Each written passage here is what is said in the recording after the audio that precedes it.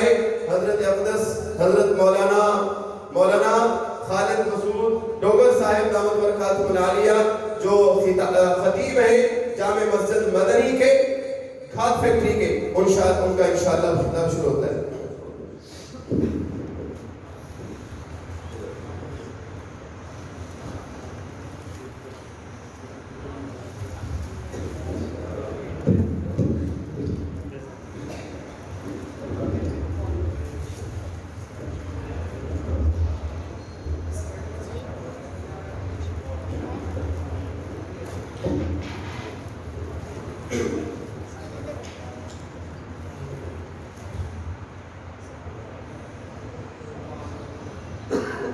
السلام علیکم ورحمۃ اللہ۔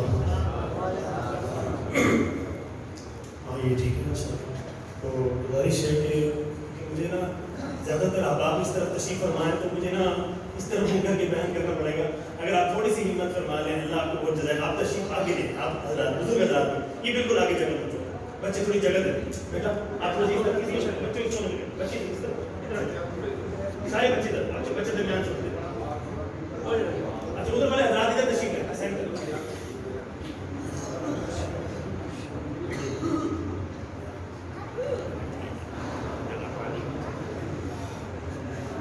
اس میں یہ بالکل نا اس سسٹم کی ہمارے اور میں آپ لوگ چھپے ہوئے نا تو مجھے مشکل ہو گئی۔ اصل میں یہ بالکل خالی ہے، ادھر بھی ثواب پورا ملے گا، تھوڑا سا میری ہمت کر لیں اللہ آپ کو جزائے۔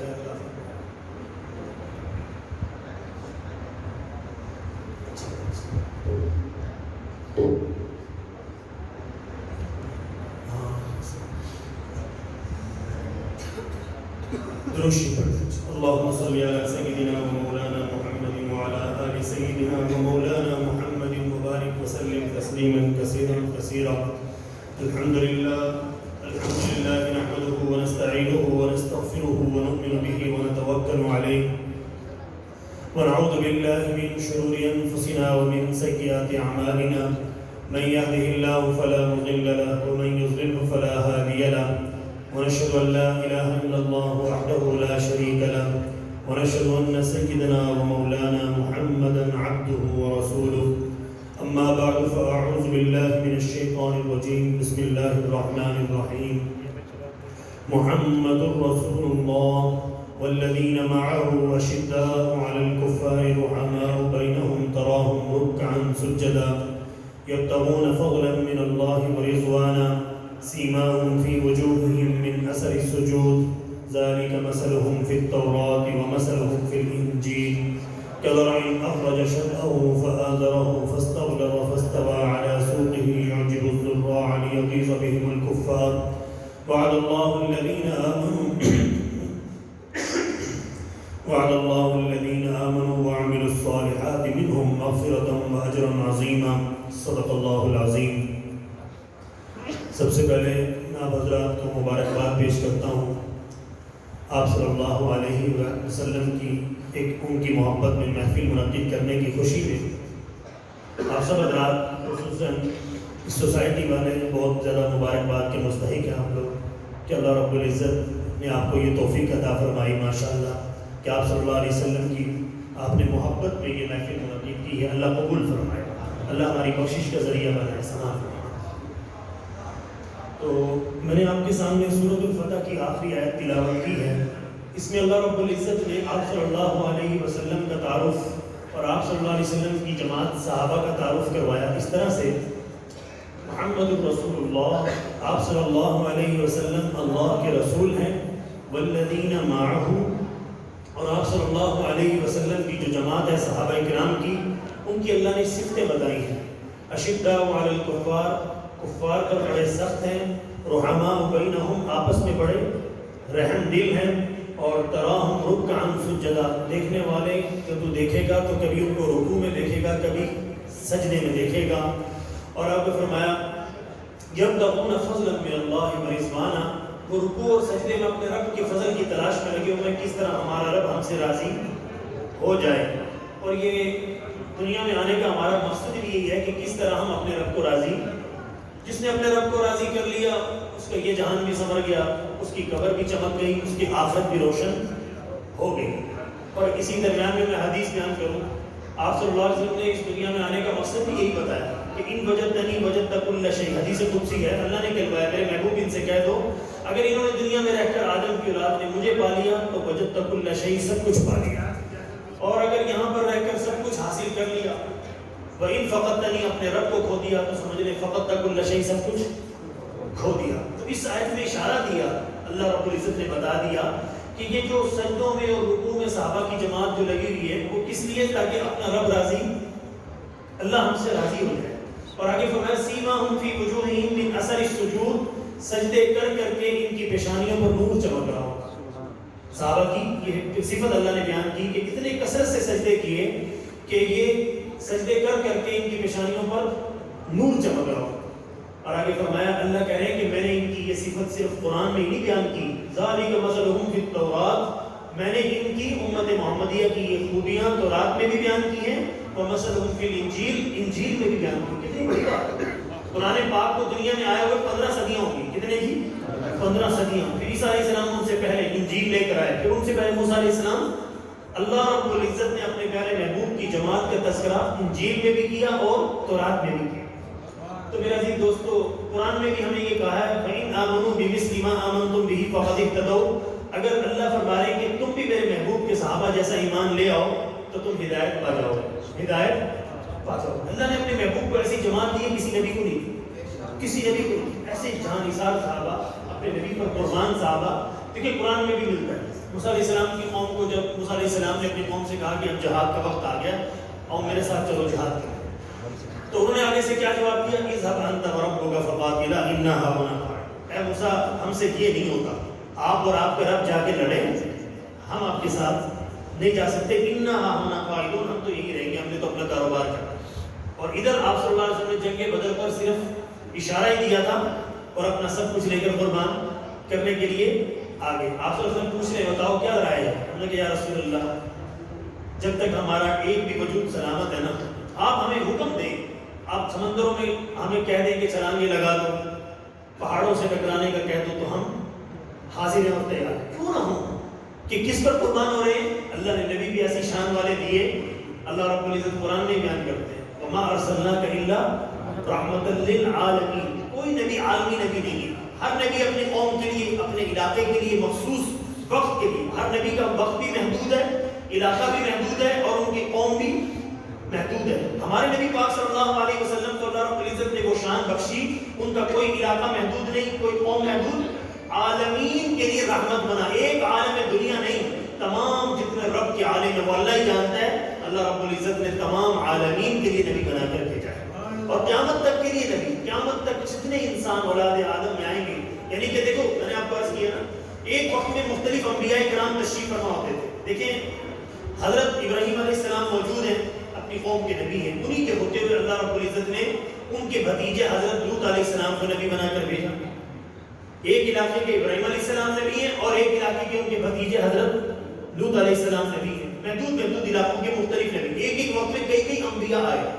لیکن ہمارے نبی پاک صلی اللہ علیہ وسلم کی شان اللہ رب العزت نے بنائی کہ ایک ہی وقت میں پورے ورلڈ کے، پوری دنیا کے نبی، آسٹریلیا سے افریقہ اور یہ سارا رشیا اور اسی طرح امریکہ، یہ دنیا کی جتنی بھی یہ ریاستیں ہیں آباد ہیں، چاہے جاپان ہے، چاہے دنیا کا کوئی کونا ہے، اس سارے عالم کے ایک ہی نبی حضرت محمد صلی اللہ علیہ وسلم اللہ نے ہمیں وہ نصیب فرمائے ہیں۔ تو میرے عزیز دوستو ہمیں اس پر شکر ادا کرنا چاہیے، ہماری جو قیمت لگے گی نا کل قیامت کے دن، جو پروٹوکول ہمیں ملے گا اسی نسبت سے ملے گا، بلایا جائے گا، فرشتے کہیں گے سب سے پہلے امت محمدیہ آگے آئے، ان کا حساب سب سے پہلے شروع ہوگا، سب سے پہلے جنت میں یہی جائے۔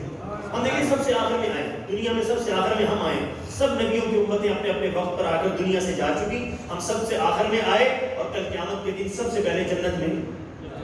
یہ سب ہمارے نبی پاک صلی اللہ علیہ وسلم کی نسبت سے ہمیں حاصل ہوا ہے، کیونکہ آپ صلی اللہ علیہ وسلم نے خود فرمایا ہے میری امت تمہیں پتہ ہے تمہیں میری وجہ سے کیا ملا۔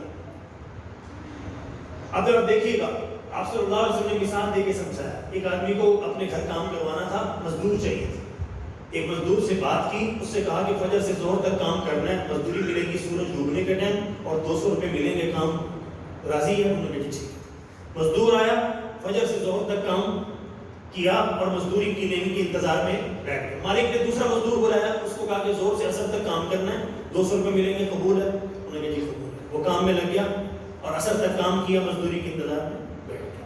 مالک نے تیسرا مزدور بلایا. اب آپ کے یہاں بھی عصر 4:15 بجے ہو رہی ہے اور 5:30 مغرب کی اذان ہو رہی ہے، سوا گھنٹہ.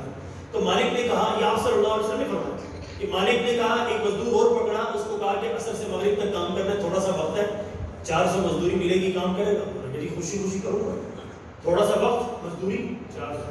اللہ کی شان، وہ بھی کام میں لگ گیا. 1 گھنٹہ سوا گھنٹہ کام کیا، سورج ڈوبا تو مالک نے مزدوری نکال کر سب سے پہلے اس کو دی جو ابھی آیا تھا. تو زور والا بولا، جی میں تو پہلے گیا بیٹھا ہوں، تو میں نے کام بھی اس سے زیادہ کیا کیونکہ زور سے اثر وقت زیادہ ہوتا ہے، اور مجھے 200 اس کو 400 اور وہ بھی پہلے. تو مالک نے کہا، جی مکائے کتنے تھے تم سے؟ اس نے کہا جی 200 مکائے. مالک نے کہا میں نے تیرا حق نہیں رکھا. فجر والا بولا کہ میں تو صحیح فجر ویلے آیا بیٹھا تے میں تو صبح آیا بیٹھا ہوں، تو مجھے بھی 200 روپے اور اس کو ابھی آیا ابھی 400. تو مالک نے کہا آپ سے کتنے مکائے تھے؟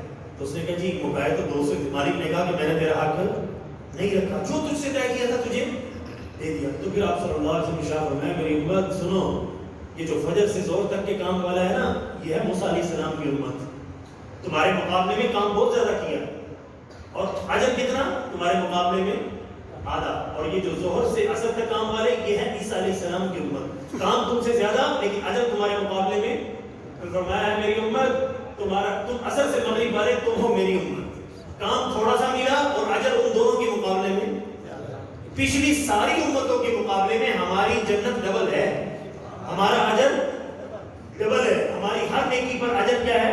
ان کے مقابلے میں ڈبل ہے. ایک تو یہ ہمارے لیے بہت بڑی سعادت کی بات ہے، ہمیں وقت تھوڑا ملا، تھوڑا سا کام ملا، اجر. دیکھیں نا، معراج کی رات میں آپ صلی اللہ علیہ وسلم تشریف لے گئے تو کتنی نمازیں لے کر آئے تھے؟ 50 لائے تھے، راستے میں معاف کروا کے صرف 5 ہی لے آئے. لیکن جب 5 لے کر چلے تو ہمارے نبی پاک افسردہ ہو گئے کہ میری امت 50 پڑھتی تو اجر 50 کا لیتی، تو 5 پڑھے گی تو اجر. اللہ نے اب اسی وقت محبوب کے دل کی کیفیت کو جانچا اور اسی نے فرمایا میرے محبوب پریشان نہ ہو، آپ کی امت پڑھے گی 5، اجر 50 کا ہی دیے، اجر 50 کا ہی ملے گا، 5 کا نہیں ملے گا. تو میرے عزیز دوستو، ایک تو یہ دیکھیے. اگلی بات تو جو نہیں کر رکھیے گا پوری ہے. اگلی بات آپ صلی اللہ علیہ وسلم فرمائی، اب ذرا اندازہ لگائیے گا، پچھلی قوموں میں کوئی رات کو گناہ کرتا، اپنے کمرے میں گھر میں بھی گناہ کرتا، تو صبح دروازے پہ نکلنے سے پہلے صبح کا ادھر روشنی اجالا ہوتا اور اس کے دروازے پر وہ گناہ خدا کی قدرت سے لکھا چلا جاتا. ایک تو یہ. اور اس امت کے لیے بڑے سے بڑا جرم کر لے، ہمارے نبی کی دعاؤں کی برکت ہے، اللہ اس کے عیبوں میں پردہ ڈال کر رکھتے ہیں. ستاری کی چادر. آپ ایمانداری سے بتائیں کتنے گناہ انسان کرتے ہیں، کتنے گناہ ہم سے سرزد ہوتے ہیں. کبھی ہمارے دروازے پر لکھا ہوا نظر آیا؟ اللہ رب العزت نے صرف محبوب کی، اپنے محبوب کی نسبت کی لاج رکھ کر ہمارے عیبوں میں پردہ ڈالا. پچھلی قوموں میں یہ تھا،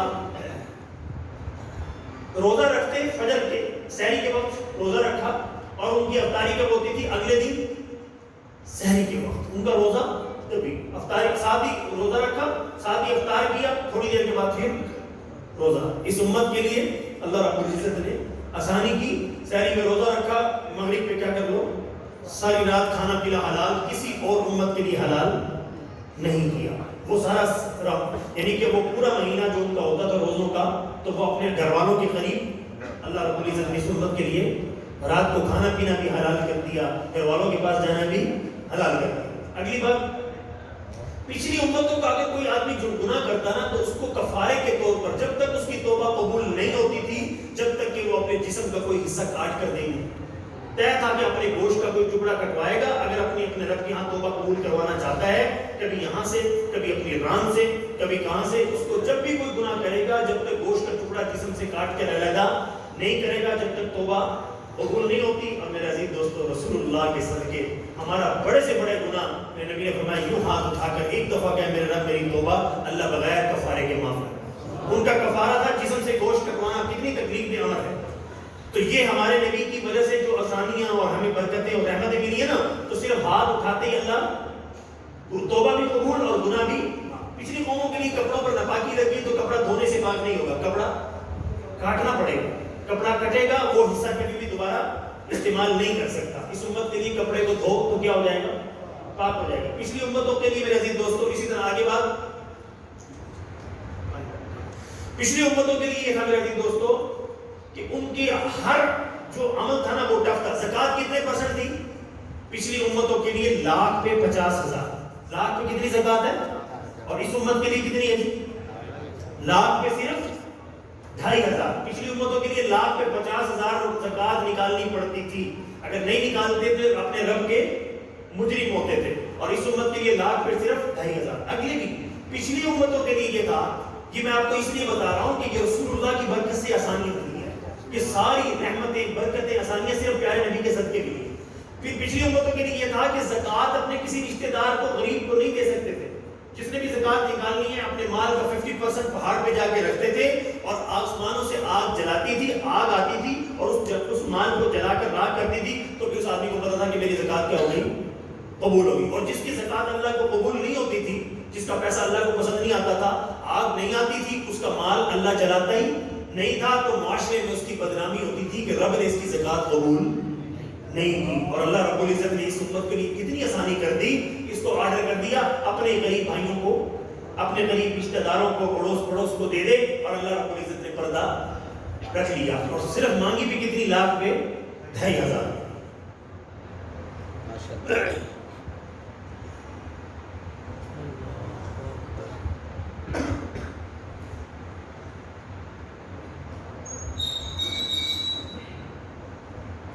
اب میں آپ کو مختصر سا, کیونکہ آپ حضرات نے اکثر آپ صلی اللہ علیہ وسلم کی سیرت طیبہ پر بہت سے بیانات ولادت و سعادت سے لے کر اور سنے, تو میں انشاءاللہ خلاصہ وہیں سے لے کر چلتا ہوں. آپ صلی اللہ علیہ وسلم کی ولادت و سعادت جس وقت ہوئی ہے, میرے عزیز دوستو, بی بی آمنہ رضی اللہ تعالیٰ عنہ فرماتی ہیں, جو ہی آپ صلی اللہ علیہ وسلم کی ولادت و سعادت ہوئی, اتنی روشنی اور نور, کیونکہ وقت سحری کا تھا, وقت سحری کا تھا, ابھی صبح کا اجالا نہیں ہوا تھا, اور اتنی روشنی, اتنا نور پھیلا مکہ مکرمہ سے لے کر سیدہ آمنہ رضی اللہ تعالیٰ عنہ کی والدہ محترمہ کو کہاں مکہ اور کہاں شام, ملک شام کے مکہ میں اپنے گھر میں بیٹھے ہوئے ملک شام کے محل نظر آنے لگے. کتنے اونچے پہاڑ, اللہ نے ایسا نور, اتنا نور پھیلایا. اس نور کی روشنی میں بی بی آمنہ فرماتی ہے میں نے اپنے گھر میں بیٹھے ہوئے شام کے محل روشن ہوتے ہوئے دیکھے. اور ادھر اللہ رب العزت نے کیا کیا, دنیا کی جو اس وقت کی سپر پاور تھی کیسرو کسرا, ان کے شاہی محل, بڑے مضبوط محل, جی آپ کی ولادت با سعادت ہوئی. اور اسی وقت کیا ہوا, ایسا زلزلہ آیا. اور میرے عزیز دوستو, اور اس ان کے بڑے بڑے بت خانے تھے, ان کے بڑے بڑے قداور بت انہوں نے رکھے ہوئے تھے, آج تک کبھی وہ ہلے نہیں تھے. اور وہ جو ہی ولادت با سعادت ہوئی, سارے بت منہ دے منہ اللہ نے دکھا دیا. اب بتوں کا زمانہ ختم ہو گیا, اب رسول اللہ کا زمانہ شروع ہو گیا. اور اس سے آگے میرے عزیز دوستو, کسرا کا محل تھا بہت مضبوط اور شاندار, ایسا زلزلہ برپا ہوا, اس کے محل کے اوپر بڑے بڑے برجیاں بنی تھی, 14 کی 14 برجیاں, اور وہ گری ہیں. اور وہ حیران ہو گئے کہ ایسا یہ کیا ہوا, دنیا میں ہو کیا گیا. اللہ رب العزت نے قدرت کا کرشمہ دکھایا. آپ کو پتہ ہے کہ اس وقت کی سپر پاور جو تھی, وہ اللہ رب العزت نے تھوڑے ہی عرصے کے اندر, 10 سال کے اندر ان کے سارے بادشاہ, 14 بادشاہ ان کے آئے, تھوڑے ہی وقت کے اندر اللہ رب العزت نے ان کو ختم کیا اور دنیا سے وہ فنا کیے. اور میرے عزیز دوستو, اور وہاں پر رسول اللہ کی حکومت آپ صلی اللہ علیہ وسلم, ورنہ سوچ بھی نہیں سکتے تھے مکے کے کافر کہ اتنے قلیل عرصہ میں سپر پاوریں زیرو ہو جائیں گی اور سارے کی ساری, اور رسول اللہ کے غلاموں کی قدموں میں آ جائے گی. اور رسول پاک صلی اللہ علیہ وسلم, میں آپ کو وہاں سے بات لے کے چلتا ہوں, کیونکہ مجھے یہ ڈر ہے کہ میں اگر سیرت کمپلیٹ کرنے لگ گیا نا تو وقت بہت لگ جائے گا, اور ہمارے مہمان نات خان جو کراچی سے تشریف لا رہے ہیں تو پھر وقت نہیں بچے گا. اب میں مزید اس کو سبریٹ کو ذرا تیز کرتا ہوں, یعنی کہ خلاصہ بیان کرتا ہوں. 40 سال تک آپ صلی اللہ علیہ وسلم نے مکہ مکرمہ میں اپنے زندگی کے پیارے دن گزارے. اس وقت مکہ کی کنڈیشن کیا تھی, مکہ میں جہالت اپنے پیک پر تھی, اتنی عروج پر جہالت تھی. وہ خانہ کعبہ جو سیدنا ابراہیم علیہ السلام نے اپنے بیٹے اسماعیل علیہ السلام سے مل کر, دونوں باپ بیٹا نے اللہ کا جو گھر بنایا تھا خانہ کعبہ, ان مکے کے کافروں نے اس کو سارے کے سارے کو بتوں سے پور کر رکھا تھا. اس کے اندر بھی بت, اس کی چھت پہ بتوں کے مینار. اب اندازہ لگائیں کہ خانہ کعبہ کیوں بنایا تھا ابراہیم علیہ السلام نے. آپ کو پتا ہونا چاہیے کہ ابراہیم علیہ السلام نے جہاں پر آنکھ کھولی ہے تو ان کے والد جو تھے بت فروش تھے, بت بنایا کرتے تھے اور بت بیچا کرتے تھے, اور ساری قوم بت پرست تھی. جیسے آج ہندوستان میں آپ جائیں تو سارے ہندو قوم جو ہے بت پرست ہے.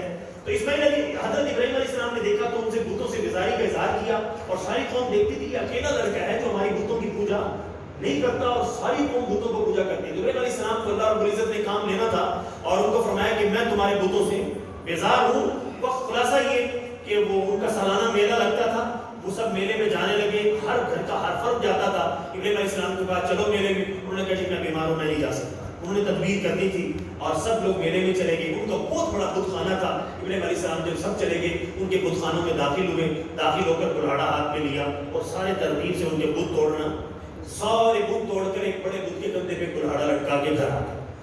شام کو وہ لوگ واپس لوٹے، اپنے بت خانے میں میلے سے واپس آتے تھے، پہلے پوجا کرتے تھے پھر گھر جاتے۔ جو ہی بت خانے میں داخل ہوئے دیکھا تو سارے بت ٹوٹے پڑے، تو وہ پریشان ہوئی۔ انہوں نے کہا ایک ہی لڑکا ہے ابراہیم جو ان بتوں کی پوجا نہیں کی، اسی کا کام لگتا ہے، بلاؤ۔ بلایا گیا، کہا کہ ابراہیم یہ کس نے کیا؟ ابراہیم علیہ السلام نے کہا جس کے کندھے پہ کلہاڑا ہے اس کو پوچھو نا۔ انہوں نے کہا ابراہیم تجھے تو پتا ہے کہ یہ کچھ بھی نہیں کر سکتا، یہ تو نہیں بتا سکتا۔ پھر ابراہیم علیہ السلام نے کہا کہ جو کچھ بھی نہیں کر سکتا، اپنے دائیں بائیں کے بت بھی نہیں بچا سکتا، تو تمہارے کس کام آئے گا؟ انہوں نے پھر اس کی سزا طے، انہوں نے کہا جی بادشاہ کو شکایت کرتے ہیں، ہمارے بتوں کی بے حرمتی کی ہے۔ بادشاہ کو شکایت کی، بادشاہ نے اپنی عدالت لگائی، عدالت لگا کے فیصلہ صادر کیا کہ ہمارے بتوں کی بے حرمتی کرنے پر ابراہیم علیہ السلام کو زندہ جلا دیا جائے۔ آگ جلائی گئی، فیصلہ ہوا اور زندہ جلانے کا آرڈر ہوا۔ جب آگ میں ڈالا گیا اللہ نے فرمایا یا نار کونی بردم وسلاما علی ابراہیم، اللہ نے اپنے ابراہیم کو بچا کر دکھایا۔ آگ بجھ گئی، ابراہیم علیہ السلام کا بال بھی نہیں جلا، تو انہوں نے وہ بے بس ہو کے پریشان ہو کے کہا کہ جی جلا وطن کر دو، کیا کر دو؟ اپنے علاقے سے نکال دو۔ چاہیے تھا ایمان لے آتے، معجزہ دیکھا، ایمان نہیں لائے، جلا وطن کیا۔ جب جلا وطن کیا آگے گئے، بی بی سارا کو ساتھ لے کر، ان سے اولاد نہیں تھی، راستے میں بی بی ہاجرہ، وہ قصہ طویل ہے، خلاصہ وہاں سے بی بی ہاجرہ کے ساتھ نکاح ہوا، آگے چلے تو اللہ نے ان سے اولاد دے دی اسماعیل علیہ السلام۔ تو اللہ رب العزت نے قدرت کا انتظام تھا، بی بی سارا کو ہوتا تھا کہ میں بانجھ ہوں، میرے اولاد نہیں ہے، ہاجرہ سے اولاد ہوگی۔ اللہ نے فیصلہ فرمایا اے ابراہیم بواد غیر ذی زرع عند بیتک المحرم، اپنی بی بی ہاجرہ کو اور اپنے بچے اسماعیل کو وہاں چھوڑاؤ جہاں پہ کوئی پانی نہیں، کوئی بوٹی نہیں، کوئی کچھ نہیں، کوئی انسانیت نام کی کوئی چیز نہیں، صرف پہاڑ، کالے سیاہ پہاڑ ہیں، وہاں پہ چھوڑ کے آگے اللہ رب العزت نے اپنی قدرت کا کرشمہ کیا۔ جب ان کی کھجورے اور پانی ختم ہوئے، بی بی ہاجرہ جو پریشانی میں صفا مروہ پر دوڑی ہیں، اللہ نے ان کی قربانی کے صرف ادھر اسماعیل علیہ السلام چھوٹے ایڑیاں رگڑ رہے ہیں، اللہ نے قدموں سے چشمہ زمزم کا نکال دیا۔ یہ ان کی قربانیوں کا سلا، آج تک حاجی زمزم پی رہے۔ ایسا پانی دھرتی پر نہیں، دھرتی پر ایسا پانی نہیں ہے۔ اللہ کی شان قدرت کا میں بتا رہا ہوں، جب پانی نکلا اور وہ الحمدللہ سیلاب ہوئے، پھر وہاں پر آبادی ہوئی، لوگ آ کر بھی آباد ہوئے، اسماعیل علیہ السلام بڑے ہوئے، قرآن کہتا ہے جب اب آگے کیا ہوا، اللہ نے اگلا امتحان لے لیا کہ بیٹے کو کیا کرو، ذبح کرو۔ انہوں نے فوراً ذبح کرنے کے لیے لٹایا، اللہ نے خوش ہو کر، خلاصہ دے رہا ہوں تو تفصیلی بیان ہے، خلاصہ یہ دے رہا ہوں کہ اللہ خوش ہوا، اللہ نے کہا اے ابراہیم تو نے اپنا خواب سچا کر دیا، وبشرناہ باسحاق نبیا من الصالحین، آپ کا ایک ہی لفظ جگر تھا، آپ نے میرے نام پہ وہی قربان کر دیا، میں آپ کو خوشی میں خوشخبری سناتا ہوں، آپ کو ایک اور بیٹا دیتا ہوں اسحاق، اسحاق نبیم، وہ اسحاق نبی بھی ہوگا اور صالح ہوگا۔ اللہ رب العزت نے پھر ایک فضل کیا کہ ان کو ایک اور بیٹا اسحاق بھی دے دیا، اور ابھی کیونکہ اسماعیل علیہ السلام جوان ہو گئے تھے، پھر اللہ نے فرمایا اے ابراہیم اب میرا گھر بناؤ، کیونکہ تم بت توڑ کر آئے ہو، بت خانہ ختم کر کے آئے ہو، اب میرا گھر بناؤ تاکہ لوگ آ کر یہاں میری عبادت کریں۔ تو اب اسماعیل علیہ السلام نے اسحاق علیہ السلام اپنے باپ ابراہیم علیہ السلام سے مل کر وہ خدا کا گھر بنایا اور اس کا طواف، اس کو پاک کیا، لوگ طواف کرتے رہے۔ پھر خلاصہ بتا رہا ہوں وقت کہ اب اس عرصے میں کیا ہوا، ادھر اسحاق علیہ السلام کی اولاد کا سلسلہ چلا، ان سے اللہ نے یعقوب علیہ السلام بنایا، یعقوب علیہ السلام پیدا کیے، آگے اللہ نے ان کو بیٹے کون دیے، حضرت یوسف علیہ السلام۔ یوسف علیہ السلام کے قصہ آپ سن چکے ہو، ان کے بھائیوں نے کنویں میں ڈالا، مصر جا کر فروخت کر دیا، اللہ نے شاہی محل تک پہنچایا۔ خلاصہ یہ پھر وہاں پر تہمت لگی اور اس کے بعد جیل جانا پڑا، جیل کے بعد ان کو پھر اللہ رب العزت نے کہا شاہی تخت پر بٹھایا اور اللہ نے عزت بخشی۔ جب بھائیوں نے تو کنویں میں ڈالا، اللہ نے تخت پر بٹھایا، پھر اللہ نے بھائیوں کو ان کے سامنے انہوں نے خود بلایا، بھلائی کر کے دکھائی کہ بھائی جفا بھی کرے تو بھائی کے ساتھ، انہوں نے اپنے سارا خاندان آ کے یہاں آباد مصر میں آباد کر دیا۔ ادھر انبیاء اب آگے سلسلہ چلتے چلتے انہی خاندان یوسف ان کی خاندان یوسف علیہ السلام کے خاندان میں آگے چل کر کون ہے، موسیٰ علیہ السلام، بنی اسرائیل کے ساتھ، اور پھر آگے چل کر انہی خاندان میں کون ہے، حضرت عیسیٰ علیہ السلام۔ اور ادھر اللہ رب العزت نے اپنے محبوب کے لیے حضرت اسماعیل علیہ السلام کو چنا۔ آپ صلی اللہ علیہ وسلم فرماتے تھے کہ میں کون ہوں، میں اسماعیل ذبیح اللہ کی اولاد ہوں۔ اللہ رب کیونکہ اسماعیل علیہ السلام کی قربانی زیادہ تھی تو اللہ رب العزت نے ادھر مکہ کی وادی میں کیا کیا، یہ دیکھو نا، میں نے آپ کو بتایا سبب کیا بنا، حضرت اسحاق علیہ السلام ہجرت کر کے آگے ان کی اولاد یعقوب علیہ السلام، یوسف علیہ السلام، موسیٰ علیہ السلام، پھر وہیں پہ زکریا و یحییٰ و عیسیٰ و الیاس کل من الصالحین، اللہ نے قرآن میں ذکر کیا بنی اسرائیل کے سارے انبیاء، اور ادھر اللہ رب کونین حضرت محمد مصطفیٰ صلی اللہ علیہ وسلم کی آمد ہونی تھی. اب آپ صلی اللہ علیہ وسلم کی ولادت بسعادت مکہ مکرمہ میں ہوئی اور آپ صلی اللہ علیہ وسلم نے اپنے بچپن کا وقت گزارا. آپ کو معلوم ہوگا ولادت سے پہلے باپ کا سایہ سر سے اٹھ گیا, پھر کچھ عرصے کے بعد ان کی آپ صلی اللہ علیہ وسلم کی امی جان کا بھی دنیا سے جانے کا وقت آ گیا, وہ بھی اللہ کے پاس چلی گئی. پھر دادا نے کفالت کی, پھر ان کا بھی وقت آ گیا, پھر چچا ابو طالب نے کفالت کی, اور یوں چلتے چلتے آپ صلی اللہ علیہ وسلم نے اپنی زندگی کے اتنے خوددار تھے آپ صلی اللہ علیہ وسلم. جو ہی دادا کا انتقال ہوا, عمر کتنے برس ہے, 6 سال کی عمر ہے, جو ہی ابی طالب کے ہاں آئے, اتنی سی عمر میں اب جناب ابو طالب کے ہاں غربت بہت کیا تھی, غربت بہت تھی, اور ان کا کھانا پورا نہیں ہوتا تھا, ان کا کنبہ زیادہ تھا. جو ہی آپ صلی اللہ علیہ وسلم کی جس دن آمد ہوئی اس دن دسترخوان لگا, اس دن ساری فیملی کو سیر ہو کر اٹھی اور ایسی برکت دیکھی. جناب ابو طالب نے فیصلہ کر دیا کہ جب تک محمد صلی اللہ علیہ وسلم دسترخوان پر نہیں آ جائیں گے کھانا, کیونکہ جب نہیں آتے تھے تو وہ کھانا برکت والا نہیں ہوتا تھا, بھوکے رہتے تھے. جب سے آپ صلی اللہ علیہ وسلم آئے تو کھانا اتنا ہوتا کہ بچ جاتا اور سب کے پیٹ بھر جاتے. تو جناب ابو طالب کے یہاں قیام کے دوران آپ صلی اللہ علیہ وسلم کی ابھی چھوٹی سی عمر ہے اور خود نکلے صبح, مکے والوں سے بات کی, میں تمہاری بکریاں اجرت پہ چراؤں گا کہ میں اپنے چچا کے تعاون کا ذریعہ بنوں. میں اس پر آ کے اپنے آپ پر بڑا ضبط کرتا ہوں, کیا میرے نبی کا چمکتا چہرہ, چھوٹی سی عمر ہے, کیا نرم و نازک ان کے قدم مبارک, کیا ان کے ہاتھ مبارک. میرے عزیز دوستو, ان کی خودداری کا اندازہ لگائیں. انہوں نے کہا کہ میں, کیونکہ میرے دادا بھی اب چلے گئے, میں اب کسی پر بوجھ نہیں بننا چاہتا. اس زمانے میں میرے نبی نے خود فرمایا, میں چند قیرات کے اوپر مکے والوں کی بکریاں روزانہ چرایا کرتا تھا اور پھر اس کے حلال کما کر لا کر اپنے چچا کو دے کر ان کے ساتھ تعاون کیا. جناب ابو طالب کی تو عید ہو گئی کہ ان کے گھر میں رسول اللہ کی کیا ہو گئی, آمد ہوگی, ان کے گھر برکتوں سے مالا مال ہو گیا. اور پھر آپ صلی اللہ علیہ وسلم بھی رزق حلال, بچپن سے ہی رزق حلال کما کر ان کے ساتھ معاون بن گئے. جو کرتے کرتے میرے عزیز دوستو, بصیرت, کیونکہ آپ کے آج آپ کے جلسے کا عنوان ہی سیرت حبیب کبریا ہے, تو آپ صلی اللہ علیہ وسلم کی سیرت پر میں آپ کو بات بتانا چاہ رہا ہوں. پورے مکے میں اس وقت ایک ہی ہستی تھی, ایک چمکتا چاند تھا, ایک چمکتا سورج تھا. پورے مکے کے اندر سب سے پاکیزہ زندگی صرف آپ صلی اللہ علیہ وسلم کی تھی. عمر بڑھتے بڑھتے بڑھتے جب 25 سال کی ہو گئی تو بی بی خدیجہ الکبریٰ کا آپ کو پتہ ہے کہ سامان لے کر تجارت کے لیے گئے اور اتنا نفع ہوا. بی بی خدیجہ کہنے لگی, آج تک میرے مال میں اتنا نفع. ان کے غلام سے پوچھا کیا دیکھا, انہوں نے کہا جی ایسی برکتیں دیکھی آج تک نہیں دیکھی. اور آگے کسٹمر کے ساتھ اتنا اچھا معاملہ کر کے دکھایا. تو کہتے ہیں آج تک ہم نے ایسا تاجر نہیں دیکھا. پہلا ہی چکر تجارت کا لگا اور اسی میں اتنا ڈھیروں نفع ہوا برکت کے ساتھ. بی بی خدیجہ نے نکام کا پیغام بھیجا اور ان کی عمر 40 سال اور آپ صلی اللہ علیہ وسلم کی عمر مبارک 25 سال کی چمکتی روشن جوانی, اور انہوں نے اس رشتے کو قبول کیا. اور میرے عزیز دوستو, پھر آپ صلی اللہ علیہ وسلم کی اولاد ہوئی. بی بی سب سے پہلے سیدہ زینب پیدا ہوئی, پھر حضرت رقیہ اور ام کلثوم, پھر بی بی فاطمہ, اور بیٹے بھی پیدا ہوئے. آپ صلی اللہ علیہ وسلم کی عبداللہ نام اور سب سے بڑے بیٹے کا نام قاسم ہے. پھر انہی کے آگے لقب ہے طیب اور طاہر. اب میں خلاصہ یہ بتانا چاہ رہا ہوں کہ اس 40 سال تک عمر مبارک پہنچ گئی. جب 40 سال تک عمر مبارک پہنچ گئی تو آپ صلی اللہ علیہ وسلم کو تنہائی محبوب ہونے لگی. آپ صلی اللہ علیہ وسلم مکے کی آبادی سے نکلے اور بیزار لوگ تھے. سارا مکہ آپ صلی اللہ علیہ وسلم دیکھ رہے تھے کہ وہی گھر ہے خدا کا جس کو ابراہیم اور اسماعیل علیہ السلام نے بنایا, اللہ کے گھر کی عبادت کے لیے بنایا, اور یہ سارا کا سارا مکے کے کافروں نے بتوں سے پر رکھا ہوا ہے. تو ان مکے والوں سے نکل آپ صلی اللہ علیہ وسلم غار حرا میں تشریف لے جاتے اور وہاں بیٹھ کر تنہائی میں غور و فکر تدبر کرتے. اللہ رب العزت نے وہیں پر حضرت جبرائیل علیہ السلام کو بھیجا. جبرائیل علیہ السلام پہلی وحی لے کر آئے, اقرأ باسم ربک الذی خلق خلق الانسان من علق اقرأ وربک الاکرم الذی علم بالقلم علم الانسان ما لم یعلم. اتنی وحی نازل ہوئی. اب اس میں ابھی آپ صلی اللہ علیہ وسلم کو اعلان کی اجازت, ابھی آپ صلی اللہ علیہ وسلم کو تبلیغ کا حکم نہیں ہوا. آگے چلتا ہوں. تو پھر آپ صلی اللہ علیہ وسلم جب پہلی دفعہ وحی نازل ہوئی, پھر آپ صلی اللہ علیہ وسلم کی اور رغبت بڑی. خلاصہ بات واقعہ بہت طویل ہے لیکن اس کو میں شارٹ کرنا. پھر آپ صلی اللہ علیہ وسلم دوبارہ غار حرا میں تشریف لے گئے اور وحی کی شدت سے انتظار.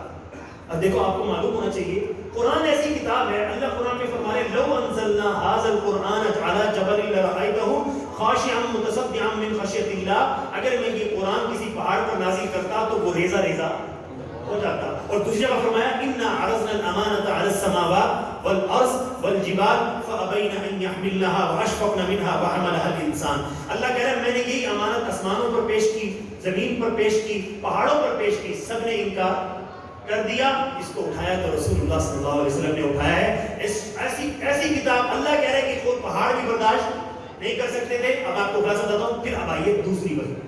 مکے میں جو جہالت تھی اپنے عروج پر تھی, خانہ کعبہ کا ننگے طواف، اب حج اپنی مرضی کا، اور سب کچھ وہ ہو رہا ہے کہ جو سارا اللہ کے حکم کے خلاف۔ اللہ نے اب دوسری وحی نازل کی، ہمیں معلوم پورا ہونا چاہیے۔ دوسری وحی، یا ایھا المدثر قم فانذر وربك فكبر وثيابك فطهر والرجز فاهجر ولا تمنن تستكثر ولربك فاصبر فإذا نقر في الناقور فذلك يومئذ يوم عسير على الكافرين غير يسير ذرني ومن خلقت وحيدا وجعلت له مالا ممدودا وبنين شهودا ومهدت له تمهيدا ثم يطمع أن أزيد كلا إنه كان لآياتنا عنيدا سأرهقه صعودا إنه فكر وقدر فقتل كيف قدر ثم قتل كيف قدر ثم نظر ثم عبس وبصر ثم أدبر واستكبر فقال إن هذا إلا قول يرسل إن هذا إلا قول البشر سأصليه سقر وما أدراك ما سقر لا تبقي ولا تذر لواحة للبشر عليها 19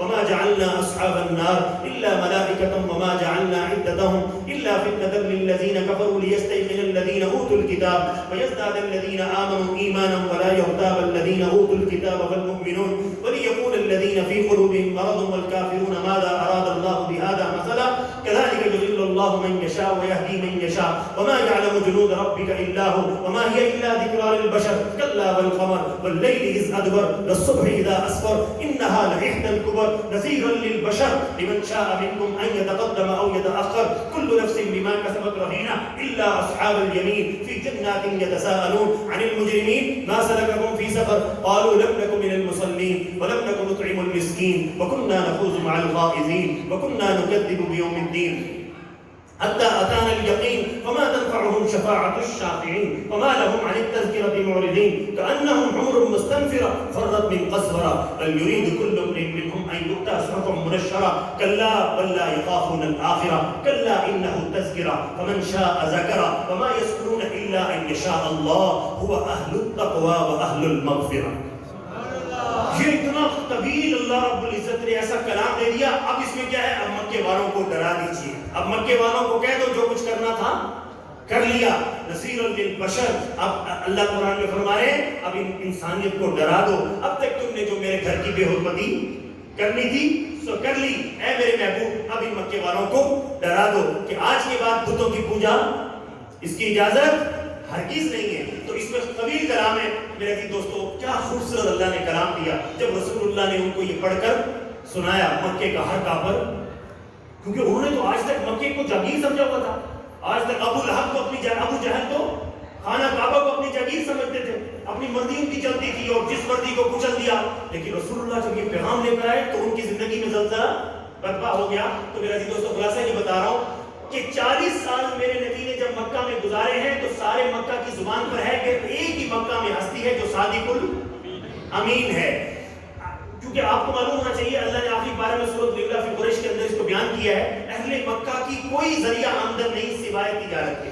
تجارت بھی کیا؟ سال میں 2 سفر، گرمیوں میں شام جاتے ہیں کیونکہ شام ٹھنڈا ملک ہے، اور سردیوں میں یمن جاتے ہیں، یمن گرم ملک ہے۔ مکہ میں کوئی چیز نہیں اگتی، گرمیوں میں شام جاتے ہیں، وہاں قیام کرتے ہیں، وہاں کی چیزیں خریدتے ہیں، مکہ میں لا کر بیچتے ہیں، اسی پر گزارا کرتے ہیں، اور اسی کے بچے ہوئے سامان کو لے کر سردیوں میں یمن چلے جاتے ہیں، وہاں چیزیں شام کی یمن میں بیچتے ہیں، پھر یمن میں قیام کر کے اور وہاں سے سامان خرید کر مکہ لا کر بیچتے ہیں، وہی سامان پھر اگلے سال جا کر شام میں۔ یہ ان کا زندگی کا دار و مدار تھا۔ میرے عزیز دوستوں مکہ کی وادی میں اور کوئی چیز اگنے والی نہیں تھی اور ان کا ذریعہ معاش صرف یہی تھا۔ اور ادھر میرے عزیز دوستوں اگر میں آپ کو بتانا چاہتا ہوں، اب رسول پاک صلی اللہ علیہ وسلم کے پاس ان کو پتا کہ لمبے سفر کرنے ہیں، کوئی ایماندار آدمی سوائے آسروں کے نہیں ملتا۔ جو پیسہ رکھوانا ہوتا بینک کوئی نہیں تھے، گھروں میں لاک رکھنے کی ایسی کوئی چیز نہیں تھی، ساری امانتیں رسول اللہ کے گھر رکھواتے، اور اپنی بچیوں کی ان کو پتا تھا کہ اگر عزتوں کی حفاظت ہوگی تو صرف محمد رسول اللہ کے گھر ہو سکتی ہے۔ جوان بچیوں کو چھوڑ کر جاتے رسول اللہ کے گھر، پیسہ رکھواتے رسول پاک صلی اللہ علیہ وسلم کے گھر۔ اور میرے عزیز دوستو جب آپ نے اعلان نبوت فرمایا اور لوگوں کو اللہ سے ڈرایا، اور وہی مکہ جو آج تک صادق الامین کہتا تھا وہ سارا مکہ دشمن ہو گیا۔ اور کس بات پر دشمنی لگائی؟ اب ذرا غور سے میں اس میں سبق دینا چاہتا ہوں۔ مکے والے جی رہے تھے اپنی مرضی کی زندگی، رسول اللہ کہتے تھے کہ نہیں آج کے بعد اپنی مرضی کی زندگی چھوڑ کر اب میری مرضی کا جینا، میں تمہیں ایسی پاکیزہ زندگی جینا سکھاتا ہوں، تم میری طرف آؤ۔ اور وہ کہتے تھے کہ ہم اپنے آباء و اجداد کو چھوڑ دیں۔ آپ نے فرمایا کہ آباء و اجداد کو چھوڑنا پڑے گا، میں اے ابو سفیان میں دنیا اور آخرت کی عزتیں تمہارے پاس لے آیا، جو میرے پیچھے چلے گا دنیا اور آخرت کی عزتیں اس کے قدموں میں اب اللہ نے نصیب جگائے سیدنا ابو بکر صدیق، سب سے پہلے کلمہ پڑھ کر مسلمان ہوئے. ادھر سیدنا علی بچے تھے، گھر میں تھے ابو طالب کے نام، کیونکہ جب آپ صلی اللہ علیہ وسلم کا قیام ہوا، پھر جب بی بی خدیجہ سے نکاح ہو گیا، پھر آپ صلی اللہ علیہ وسلم بی بی خدیجہ کے ہاں تشریف لے گئے اور جناب حضرت علی رضی اللہ عنہ کو اپنے پاس. پیارے نبی نے اس لیے تو فرمایا تھا دنیا میں جس نے میرے ساتھ بھلائی کی میں نے اس کا بدلہ دنیا میں چکا دیا. جناب ابو طالب نے اپنے ہاں قیام کروایا تھا، تو آپ صلی اللہ علیہ وسلم نے جو ہی شادی ہوئی اور خدیجہ رضی اللہ عنہ کا قیام ہوا تو حضرت علی کو اپنے گھر رکھ لیا، حضرت علی کو اپنی کفالت میں رکھ کر. اور میرے عزیز دوستو جو انہوں نے ان کے ساتھ بھلائی کی تھی تو حضرت علی کے بھی نصیب جاگ کے رسول اللہ کی آغوش مل گئی اور ان کی رسول اللہ کی تربیت میں رہنا شروع کر دیا. اور میرے عزیز دوستو آگے کیا ہوا؟ جب مکے والوں نے ظلم و ستم کے پہاڑ توڑے، 13 سال کا یہ طویل سفر ہے میرے نبی کا، ادھر اعلان نبوت کیا اور ادھر تکلیفوں کے پہاڑ ٹوٹنا شروع ہو گئے. وہ سارا مکہ جو عزت کرتا تھا، وہ سارا مکہ سگا چچا جس نے ولادت با سعادت کی خبر سن کر اپنی لونڈی کو آزاد کیا، سب سے پہلے پتھر کی اسی بدبخت پہ ابو لہب نے. قرآن نے بھی اس کو بیان کیا، تبت یدا ابی لہب وتب. آپ صلی اللہ علیہ وسلم کی بچیوں کے رشتے پہلے ہو چکے تھے. ابو لہب نے اپنے غصے کے اندر اس کے اس نے اپنا بغض نکالا رسول اللہ کی بیٹیوں کے جو رشتے ابو لہب کے گھر ہو چکے تھے، اس نے بھرے بچے میں طلاق دلوائی. رسول اللہ کا دل زخمی کیا. رسول دیکھو بیٹی کا غم بڑا ہوتا ہے. رسول اللہ نے کبھی کسی کو بد دعا نہیں دی، لیکن ابو لہب نے جب دل دکھایا، بچیوں کا معاملہ آیا تو رسول اللہ کے بھی ہاتھ اٹھ گئے. تو پھر جناب رسول پاک نے اس کو بد دعا دی. اللہ نے اس کے بچے کو اوپر بھیڑیا مسلط کیا، جس نے رسول اللہ کے سامنے ان کی یعنی کہ آگے بھرے مجمع کے سامنے ذلت امیز سلوک کیا. اللہ رب العزت نے پھر اس کو نیست و نابود فرمایا. خلاصہ یہ ہے کہ میں بتا رہا ہوں کہ آپ صلی اللہ علیہ وسلم کی جو 13 سال مکہ میں گزرے انتہائی تکلیف کے، پھر اللہ نے نصیب جگانے تھے کس کے؟ مدینے والوں کے. میں آپ کو نا تھوڑے سے وقت میں سیرت کو سمیٹ رہا ہوں. پھر کیا ہوا؟ اس 13 سال کی تکالیف کے سارے مراحل، بیچ میں طائف کی وادی کا سفر بھی آ گیا. شیب ابی طالب کی گھاٹی میں 3 سال کا کیا آ گیا؟ مکے والوں کا بائیکاٹ. آپ ذرا تصور کیجیے گا ایک بات، یہ گولف سٹی ہے، محدود ایک سیکورٹی، ایک دیوار ہے، 4 دیواری ہے، گیٹ ہے. اب اس کے اندر ایک شخص، ایک ہستی ہو اور ایک گھرانہ ہو، ساری کالونی اس کا بائیکاٹ کر دے. اور بائیکاٹ کتنا لمبا؟ 3 سال کا طویل بائیکاٹ. رسول پاک صلی اللہ علیہ وسلم کو ایک وادی کے اندر رہتے ہوئے پتے کھا کر گزارنا کرنا پڑا. 3 سال کا عرصہ وہاں گزارا. دیکھو اس کو بیان کرنا چاہیے کیونکہ ہمارے نبی کی قربانی ہوئی. اور یہ ساری قربانیاں کس لیے دی جا رہی ہیں؟ کہ کاش میری امت جنت الفردوس میں جانے والی بن جائے اور وہ میرا دین سیکھ لے، میرا دین ان تک پہنچ جائے. اب میرے عزیز دوستو آگے چلیے. جب یہ سارے مراحل تکالیف کے پہاڑ جب گزر گئے، پھر اللہ نے بھی کہہ دیا میرے محبوب اب مکہ چھوڑ دے، اب مکہ چھوڑ دے. ہر سال حج کا موقع آتا، میں بتا دوں ہر سال حج کا موقع آتا، حج کرتے تھے وہ لوگ اپنے طریقے پر، کفر کے طریقے پر. مینا میں جاتے تھے، مزدلفہ، اور یہ جیسے وہاں پر قیام ہوتا ہے حجیوں کا. مینا میں جب خیمے لگتے تو آپ صلی اللہ علیہ وسلم کہتے مکے والے تو میں روز ان کے پاس صبح جاتا ہوں، شام جاتا ہوں، دوپہر جاتا ہوں، یہ میری بات نہیں سنتے. اور جو ایمان لا چکے تھے ان کو بھی تکلیف کے پہاڑ سہنے پڑتے. سیدنا بلال کو بھی مارا جاتا ہے، خباب رضی اللہ عنہ کو آپ کو انگاروں پر لٹایا جاتا. آپ صلی اللہ علیہ وسلم ان کے موقع پر جاتے، کہاں جاتے؟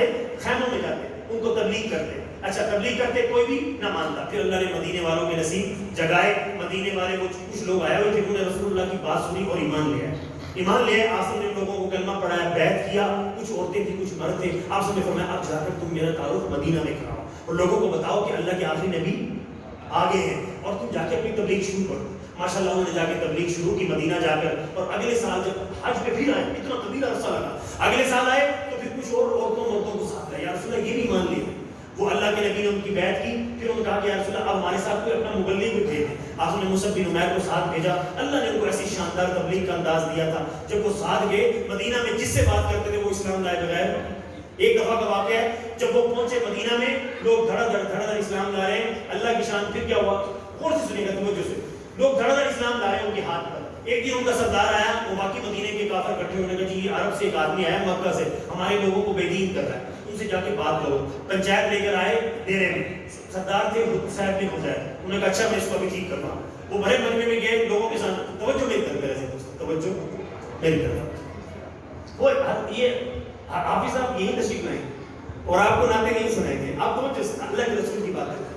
تو وہ جب صاحب بن حذیر نے کہا کہ اے نوجوان اگر میری قوم نے تجھے پناہ نہ دی ہوگی تو میں تیری گردن اتار دیتا. ہاں جی انہوں نے کہا جی کیا، انہوں نے کہا کیا کر رہے ہو میری قوم کے ساتھ؟ انہوں نے کہا جی آپ بات سن لیں، اگر پسند آئے تو قبول کر لینا ورنہ جو آپ کا دل ہے۔ انہوں نے کہا جی ہاں یہ بات ہے۔ سیدنا مصعب بن عمیر نے رسول اللہ کا تعارف کروایا اور ان کو بتایا کہ ہم تو بڑی جاہل قوم تھی، اللہ نے اپنا کرم کیا، قرآن نے بھی بیان کیا لقد من اللہ علی المؤمنین اذ بعث فیہم رسولا، میں نے تم پر کرم کیا کہ اپنا محبوب تمہیں دے دیا، اللہ کی شان۔ تو اسید بن حذیر نے سردار نے تھوڑی سی بات سنی اور وہیں پر کلمہ پڑھ کر اسلام دیا، اور وہ جو پنچایت بیٹھی ہوئی تھی ڈیرے میں کہ کیا ہوگا، اور جب مصعب بن عمیر کی جب وہ تبلیغ سن کر گئے کہا کہ مجھے سردار مانتے ہو؟ جی مانتے۔ انہوں نے کہا تم بھی پڑھو کلمہ لا الہ الا اللہ محمد رسول اللہ۔ الحمدللہ مدینے کی فضا بن گئی، جب فضا بن گئی اب اللہ نے اپنے محبوب سے فرمایا اب آپ ہجرت کر کے مدینہ، آپ سب حضرت ابو بکر صدیق کو لے کر چلے ہیں، اور ادھر مدینے والوں کو اطلاع مل گئی کہ رسول اللہ آنے، مدینے والے روز صبح سویرے پہاڑوں پر چڑھ کر مکے کی طرف دیکھنے کے لیے انتظار میں بیٹھ جاتے، روز صبح آتے شام تک رسول اللہ کا انتظار کرتے، اور پھر کرتے کرتے جس دن رسول اللہ کی آمد ہوئی تو ان کی زبان سے بے ساختہ نکلا طلع البدر علینا من ثنیات الوداع، جی تو ان کی زبان سے نکلا کہ آج 14ویں کا چاند ہم پر طلوع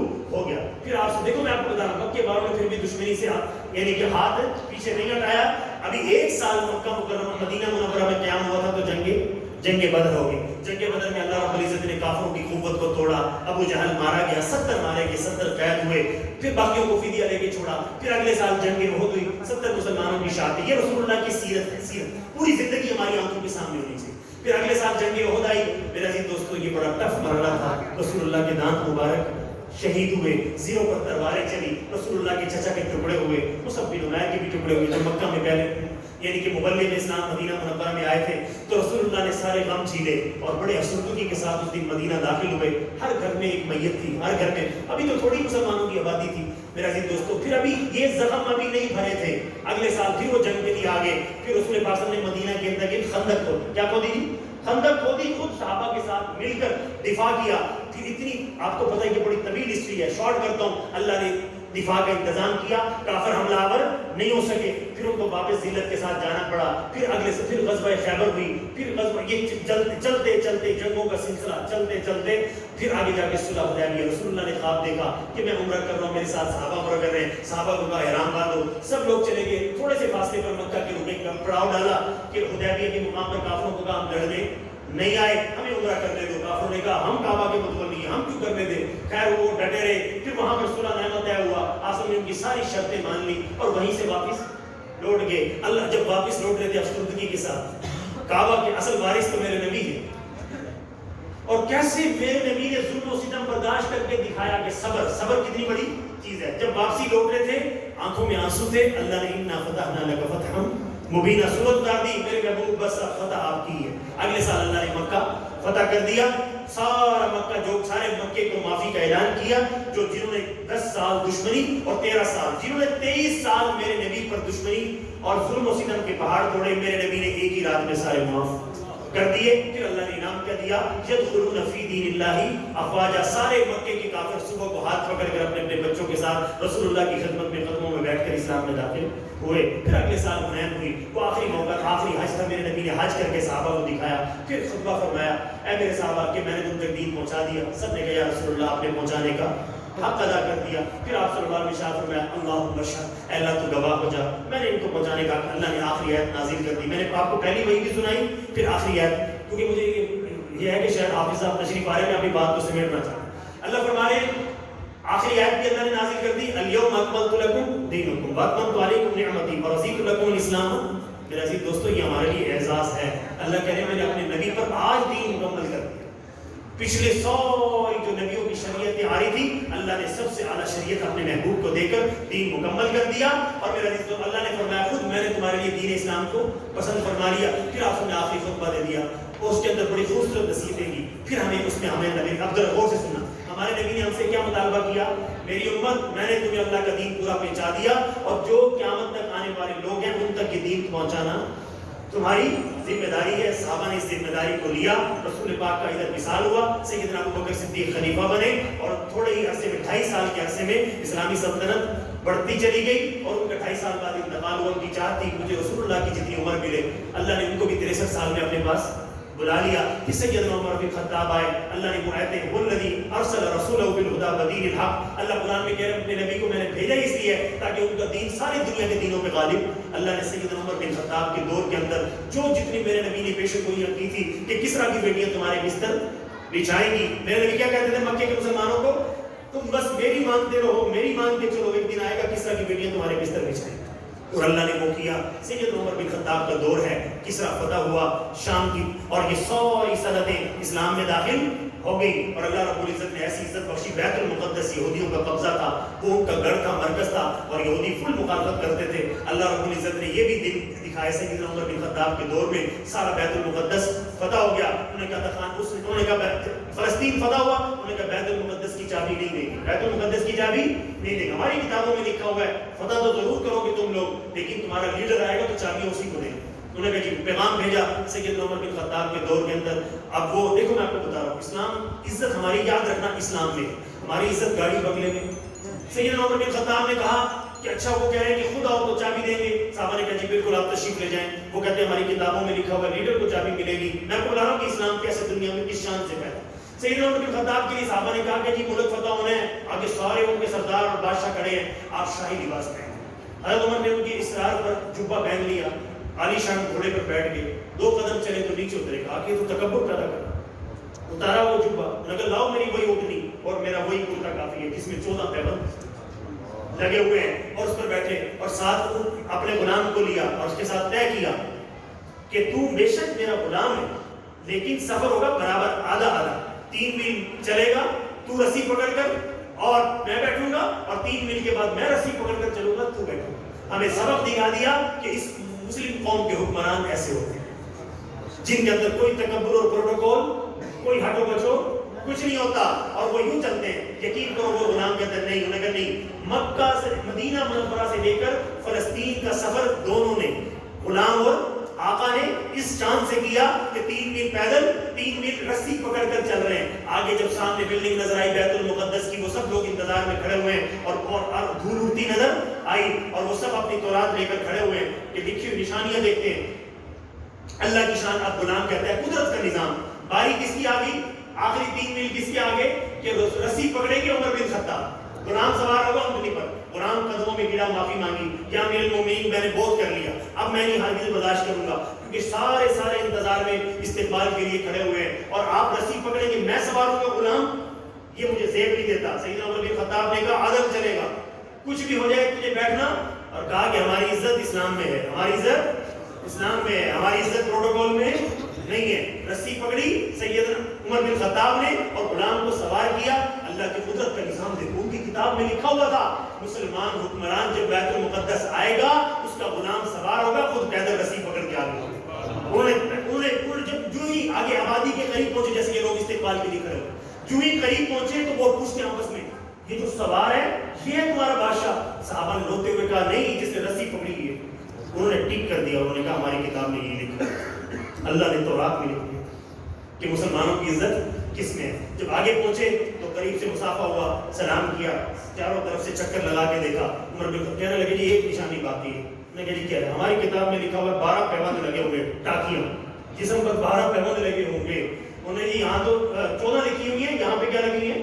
سیدنا عمر بن خطاب نے روتے ہوئے بغلیں اٹھائی اور 2 پیبند نیچے لگے ہوئے تھے اور 14 پورے ہوئے. انہیں ہاتھ جوڑ کر چابیاں حوالے کر دی, اور وہاں پہ پہلی اذان پھر بیت المقدس میں سیدنا عمر بن خطاب کے دور میں اشہد اللہ, جس مصلی پر میرے نبی نے نماز پڑھائی تھی, آج اللہ نے اور عمر بن خطاب کے دور میں وہ پاک مصلی یہودیوں کے ناپاک قدموں سے لے کر رسول اللہ کے غلاموں کو دے. پھر آگے بڑھتے بڑھتے 22 لاکھ مربع میل, پھر عثمان غنی کے دور میں سب آگے بڑھتے بڑھتے چلتے چلتے میرے عزیز دوستو 700 سال تک مسلمانوں نے دنیا پہ راج کیا. اور پھر میرے عزیز دوستو جب ہم عیشی میں آئے, جب ہم عیش و عشرت میں آئے تو پھر اللہ نے ذلت میں اتار دیا. خدا کا قانون ہے بھائی, تم مدنا, تم لوٹو گے تو اللہ کہتا ہے ہم بھی لوٹیں گے. تو میرے عزیز دوستو اس جلسے کے منعقد کرنے کا مقصد کیا ہے؟ ہم اپنے نبی کا پیارا دین اپنائیں اور اپنے نبی کے دین کو لے کر آگے پھیلائیں.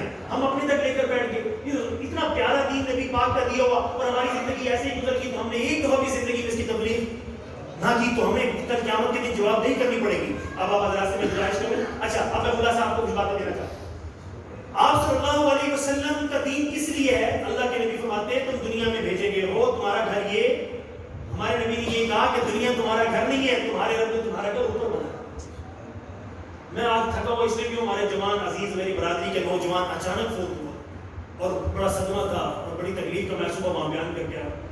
ایک لمحے میں انسان کو نہیں پتا، قرآن کہتا ہے وما تدری نفس ماذا تکسب غدا وما تدری، تم میں سے نہیں پتا کسی کے ساتھ کل کیا ہو جائے، اور کس کو نہیں پتا کہ اس ٹکڑے پر اس کی موت۔ ہم زندگی میں کچھ کر کے جائیں، زندگی میں کچھ کر کے جائیں۔ اچھا انعام کیا ملے گا؟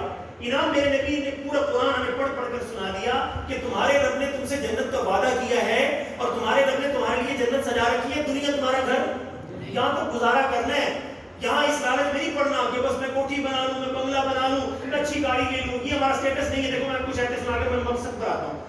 ہمارے نبی پاک نے آیت پڑھ کر سنا دی، لولا ان یکون الناس امۃ واحدۃ لجعلناها لمن یکفر بالرحمن لبیوتہم سقفا من فضۃ ومعارج علیہا یظہرون ولبیوتہم ابوابا وسررا علیہا یتکئون وزخرفا وان کل ذلک لما متاع الحیاۃ الدنیا والآخرۃ عند ربک للمتقین۔ آج سبق لے کے جانا ہے۔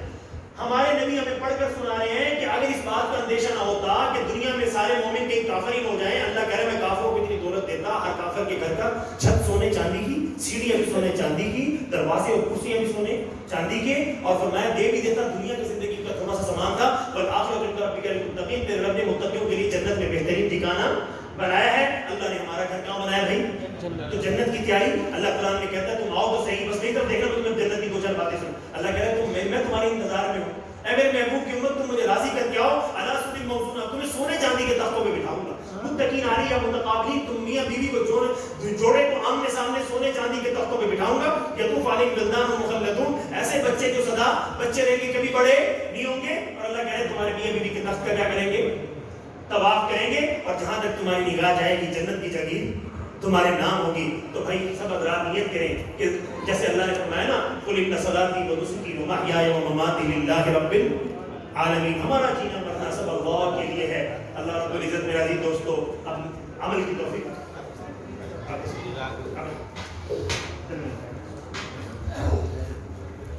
تو اب حضرات سے میں بس دو چار باتیں حضرت کو میں تو 2 منٹ بجائے بات اس میں تو اچھا جی میں نے آپ کو ساری نا سیرت طیبہ یعنی کہ شارٹ ساری سیرت ولادت با سعادت سے لے کر وصال مبارک تک ہے جی، اور ساری آپ کے سامنے بیان کر دی ہے۔ اب تو پوری توجہ رکھیے۔ اب اللہ رب العزت نے ہمیں کیا حکم دیا ہے؟ اے میرے محبوب کی امت، میں نے تمہارے لیے جنت سجا رکھی ہے۔ جنت سے پیار ہونا چاہیے اور ہمیں دن رات اس کا شوق بھی ہونا چاہیے۔ اور قرآن میں اللہ کہہ رہا ہے بل تؤثرون الحیاۃ الدنیا والآخرۃ خیر۔ اللہ کہہ رہا ہے تم دنیا کی رغبت چاہتے ہو کہ ہم دنیا میں بڑے بن جائیں، اللہ کہہ رہا ہے تمہارے رب نے تمہارے لیے آخرت تیار۔ اللہ کہہ رہا ہے دنیا سے بہتر آخرت باقی رہنے والی ہے اور سدا کی زندگی ہے، خالدین فیہا ابدا۔ تو میں نے آپ کے سامنے کیا باتیں کی جس کو میں خلاصے کو بند کو سمیٹوں۔ اللہ فرما رہے ہیں کہ میں نے تمہارے لیے سونے چاندی کی کرسیاں لگائیں اور تمہاری انتظار میں اعلیٰ سرور موجود ہے۔ اللہ کہہ رہا ہے تم جوڑا جوڑا آؤ گے جنت، جوڑا جوڑا آؤ گے، متقین علیہا متقابلین، آمنے سامنے جنت میں سونے چاندی کے تختوں پہ بٹھاؤں گا۔ چھوٹے چھوٹے بچے جو سدا بچے رہیں گے، کبھی بڑے نہیں ہوں گے، میاں بیوی کے تخت کا تمہارا کیا کریں گے؟ طواف کریں گے۔ ہر بچے کے ہاتھ میں سونے کی ٹرے، چاندی کا گلاس، جنت کے پھلوں کا مشروب لے کر تمہارے پاس آگے آئیں گے۔ اور اللہ کہہ رہا ہے زنجبیل ملی ہوئی، میاں بیوی 10 لاکھ سال تک جنت کے پھلوں کا لطف اٹھائیں گے، جہاں تک نگاہ جائے گی جنت کی جگیر تمہارے نام ہوگی۔ اب دیکھو یہ چھوٹی سی کالونی ہے، خوبصورت سی ہے، بندے کو دل لگتا ہے۔ میرا عزیز دوستو رب نے جو جنت بنائی ہے نا، اللہ اس میں کہہ رہا ہے فیہا انہار من ماء غیر آسن وانہار من لبن لم یتغیر طعمہ وانہار من خمر لذۃ للشاربین وانہار من عسل مصفی۔ اللہ کہتا ہے تمہیں ایسی جنت، دیکھو جتنے بھی ہم لوگ بیٹھے، جتنے بھی بیٹھے، ہر بندے کے لیے رب نے جنت کی جاگیر اتنی بڑی بنائی ہے۔ اس میں میٹھے پانی کی نہریں، خالص دودھ کی نہریں، خالص شراب کی نہریں، خالص شہد کی نہریں، اس کے کناروں پر بیٹھنا ہے، جتنی نمازیں پڑھنی ہے، جتنا کچھ کرنا ہے یہی کر لو۔ اللہ کہہ رہا ہے جنت میں آؤ گے، کلوا واشربوا ہنیئا بما اسلفتم فی الایام الخالیہ،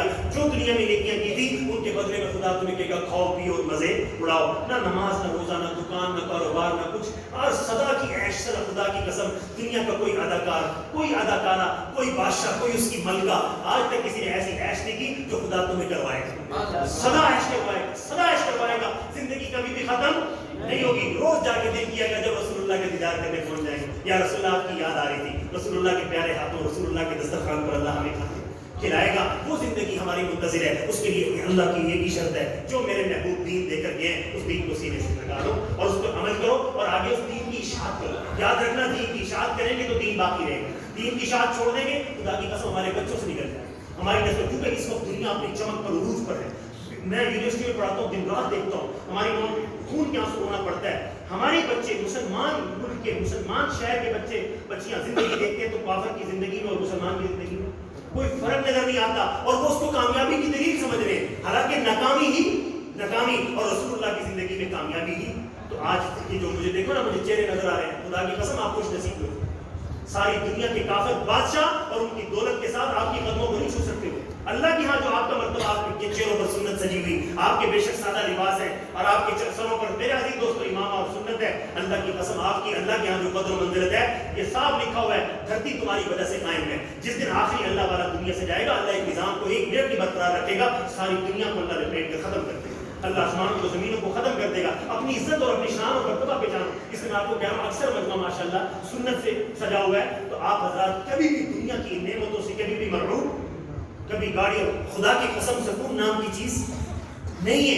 ایک جیسی مردی میں نے روتے دیکھا ہے, روتے میں ملتان میں ایسی ایسی جاگیروں کے مالک, اتنے بڑے بڑے مربوں کے مالک اور ایسی شاندار کوٹیاں, بندہ دنگ رہ جاتا ہے. اور میرے سامنے بیٹھے ہوں آنسو بھائی ہوتے ہیں. میں کہتا ہوں یار ان کے گراج میں 25 سے 30 کروڑ کی صرف گاڑیاں کر, ایک ان کی بچی کے ساتھ 5 ملازمہ ہیں. ان کے بچے نے کبھی بیگ نہیں اٹھایا, ساری تو ایک واش روم پہ پتہ نہیں کیا کئی لاکھ روپیہ لگا دیا. ایسی چھتیں بندہ دیکھ کر پریشان ہو جاتا ہے. لیکن دکھڑے اتنے میں آپ کو بیان, خدا کی قسم آپ خوش نصیب ہو. دنیا میں بھی وہی سکون سے جیے گا جس کی زندگی میں رسول اللہ کا.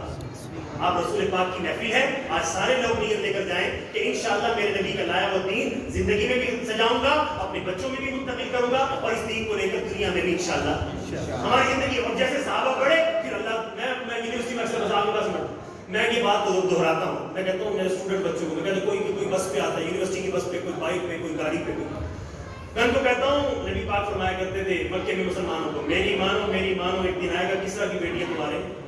میں آج بچوں کو دہراتا ہوں, خدا کی قسم اگر تم نبی پاک کی آج بھی مان لو تو ٹرمپ کی بیٹیاں تمہارے بستر بچھائیں گے. اللہ کہہ رہا ہے دنیا کی دولتیں تمہارے قدموں میں ڈھیر کر دوں گا اگر تم میرے نبی کے سچے غلام. تو آج نیت کرو کہ آج کے بعد تمہاری زندگی رسول اللہ کی غلامی میں گزرے گی. میں کوشش کروں گا میرے نبی کی ایک ایک میں ادا اپناؤں گا. پھر اس شان سے قبر میں اتریں گے تو پھر اللہ تعالیٰ انعام کی بارش, محلے والے تو مٹی ڈال کر جائیں گے, پھر تمہارا رب دیکھنا تمہارے ساتھ کیا کرے. خدا کی قسم قیامت تک کا سفر ایسا بنا دے گا, دنیا میں کسی بادشاہ کی بھی ایسی ہے. اللہ آپ کی قبر کو جنت کا بیڈ روم بنا دے, اور قیامت کی صبح تک یعنی کہ آپ قبر میں روشن اور منور اور معطر چہرے سے, پھر جب قبر سے نکلیں گے اللہ کہے گا لے آؤ ان کو آگے لے آؤ, ان کو آگے لے آؤ. اور رسول اللہ حوض کوثر پر پیارے ہاتھوں سے پانی پلا کر, اور میرے عزیز دوستو ہاتھ پکڑ کر بس وفا کرنی ہے نبی پاک کے ساتھ. ہمارا کام ہے اپنا ہاتھ نبی کے ہاتھ میں دے دینا, اپنا ہاتھ کافروں سے چھڑا لیں, کافروں کی طرف سے زندگی سے نفرت ہو جائے, رسول اللہ کی طرف سے زندگی سے پیار ہو جائے. پھر اپنا ہاتھ نبی کے ہاتھ میں دے کر تو دیکھو, پھر نبی پاک تمہارا ہاتھ پکڑ کر جنت کا گیٹ پار کرا کے چھوڑے. اللہ تعالیٰ سے دعا ہے اللہ ہم سب کو عمل کی توفیق